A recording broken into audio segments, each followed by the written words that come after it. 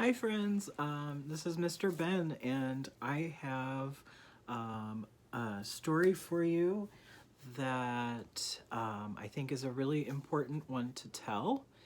And just in case you've been watching, I've been posting a lot of bedtime stories. I wouldn't say this is particularly suited for a bedtime story. It deals with a very serious event in our history as Americans, and particularly the history of the Japanese Americans. Um, and it's called Home of the Brave by Alan Say. And I'd like to read a note at the back first for you from Alan Say that says, during the retrospective show of my work at the Japanese American National Museum in Los Angeles, I had the opportunity to see its exhibition of the World War II internment camps in the United States. Some facts and numbers were familiar to me. More than 120,000 Japanese Americans interned in 10 camps in 6 western states, but now the statistics took on a human face and voice. I stared and listened, and what I saw and heard turned into yet another personal journey. This is that story. And this is, once again, Home of the Brave by Alan Say. And here we go.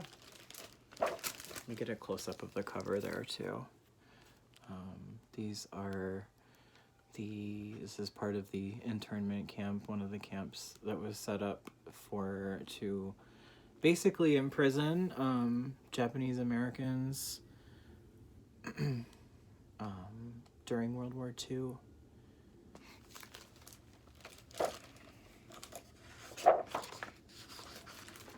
Home of the Brave by Alan Say.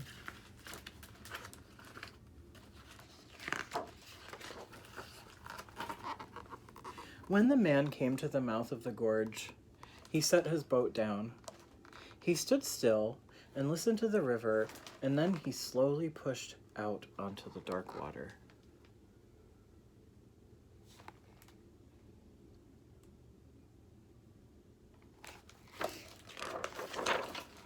The riffles turned to waves, and the waves turned to rapids, and the steady roar grew louder, and suddenly the river fell away, and the man closed his eyes and held his breath.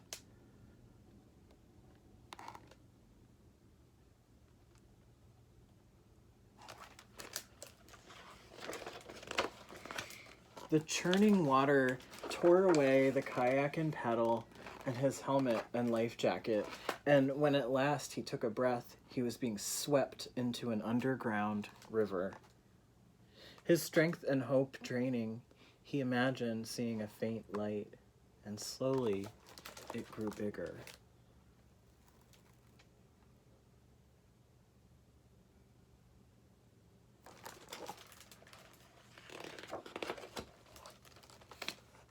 The tunnel widened into a large cave, lit by a single shaft of light. He did not see the ladder until he crawled out of the water, and he climbed up.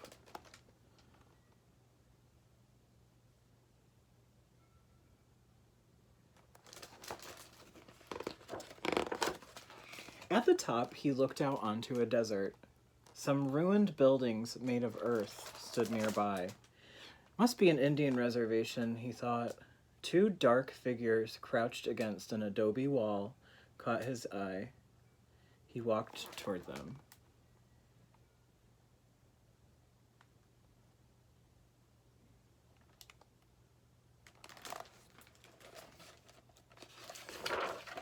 He was surprised to see that they were 2 small children. "What are you doing here?" he asked. "Waiting to go home," the girl answered. "How did you get here?" he asked. "From the camp," she said. "And where is your home?" he asked.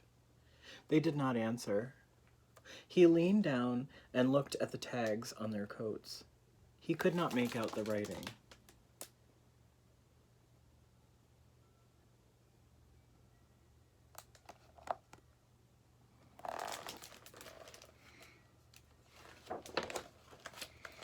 "Looks like we're lost together," he said.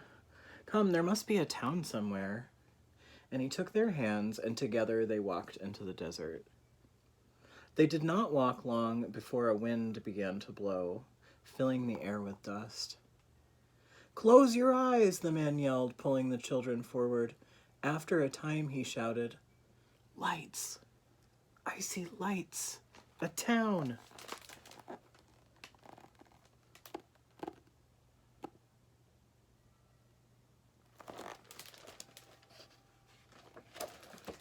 There's the faint lights.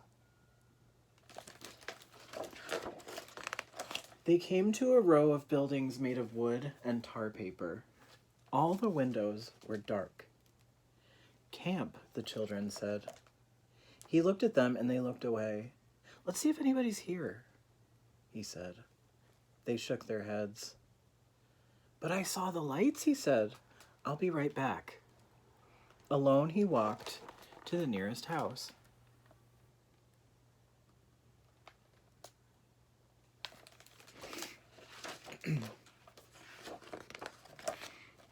"Hello," the man called through an open door. No one answered, and he went up the steps and looked into a small room. It was empty, except for a piece of paper lying on the floor. It was a name tag, like the ones the girls wore. He went in and picked it up. "No," he cried. The tag had his name on it. He stood still, as if stricken, and then a sound startled him, and he rushed outside.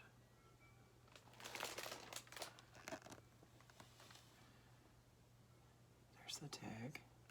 There's his reflection in the broken window.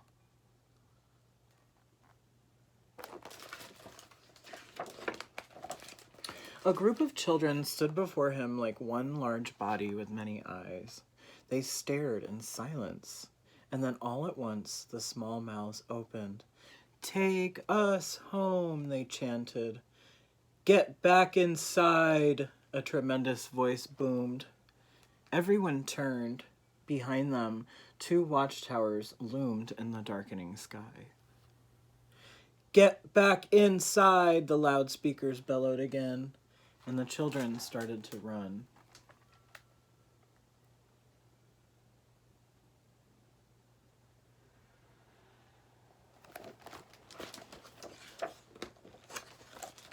Like swords, 2 beams of light slashed at the children.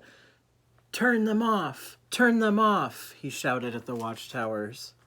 The searchlights turned to him and blinded him. He staggered after the sound of running feet.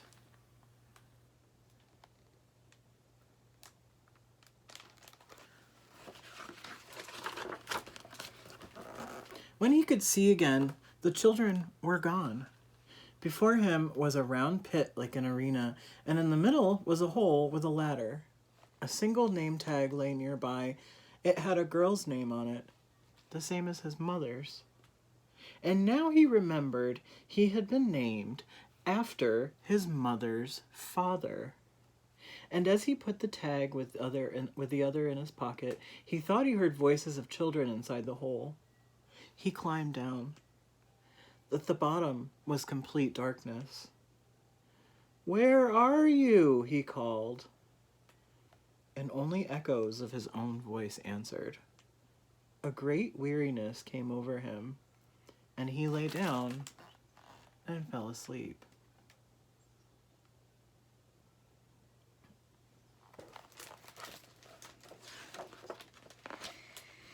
Whispering voices woke him. He was lying by the side of a river, and a group of children were standing by a boat on the bank. And with a start, he realized it was his kayak. "You didn't have to run," he said. They turned and stared. They were not the same children. "Where am I?" he asked. "You're in our camp," one of them answered. "No," he exclaimed. He sat up and saw the pieces of paper on the ground, name tags, and he leapt to his feet and ran up the bank.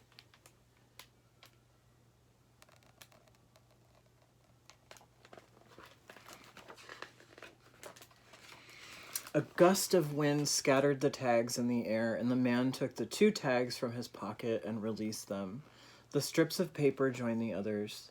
Suddenly, the cloud of name tags seemed to turn into a great flock of birds.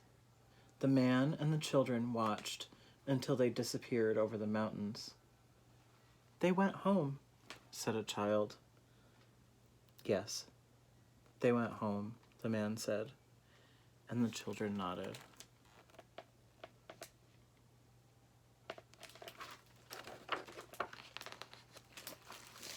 And that was Home of the Brave by Alan Say.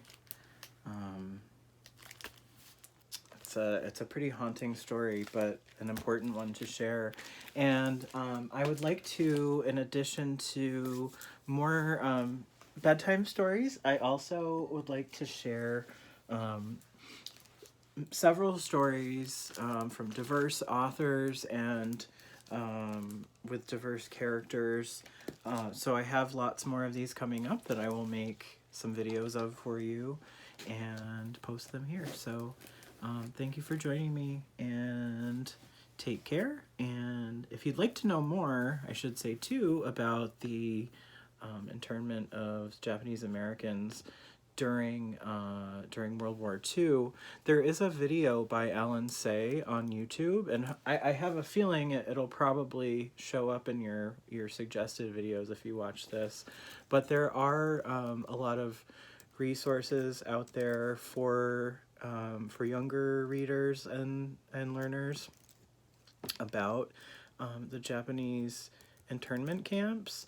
And I just want to mention a couple of them to you in case you'd like to know more. So there are, of course, all kinds of things on the internet. History.com has a good selection of information and photographs, and so check that out and take this as an opportunity to learn a little bit more about something that really wasn't all that long ago. It was 78 years or so ago.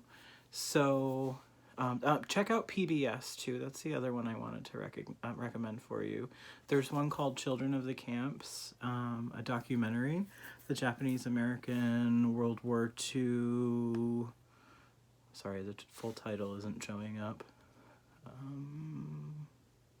Well, you get the point. So check that out. And thanks for watching. Take care, and I'll see you soon.